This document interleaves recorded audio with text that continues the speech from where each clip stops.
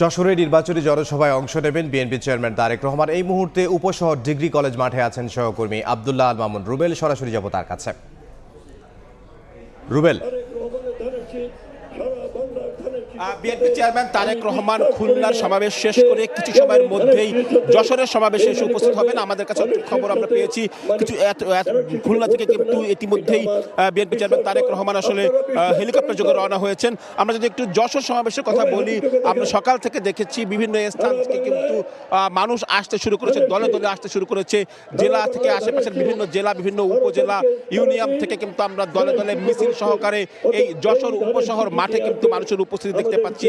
এবং সকাল 7টা থেকে এই যশোর উপশহর মাঠে যে মানুষের উপস্থিতি হয়েছে সেটি কিন্তু সময় বাড়ার সঙ্গে সঙ্গে একেবারে পুরো মাঠ কানায় কানায় পরিপূর্ণ হয়ে উঠেছে।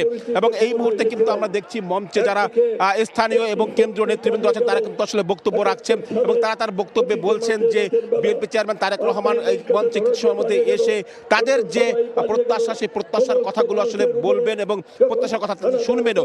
একটু বলে রাখি, যশোর এই উপশহর মাঠে যশোর বাদেও কিন্তু 7টি জেলার নেতাকর্মীরা এখানে আসলে উপস্থিত হবেন এবং এই 7 জেলার যারা আসলে প্রার্থী রয়েছেন, মোট 22 জন প্রার্থী রয়েছেন, সেই 22 জন প্রার্থীকে আসলে ধানের শীষের প্রার্থীকে আসলে পরিচয় করিয়ে দিবেন এবং একই সঙ্গে কিন্তু তারা আসলে ধানের শীষের পক্ষে যে নির্বাচনী সমাবেশ প্রতি জেলায় জেলায় হচ্ছে সেই ধারাবাহিকতায় এই যশোরের মাঠে কিন্তু আমরা সমাবেশের লোকজন উপস্থিত দেখতে পাচ্ছি।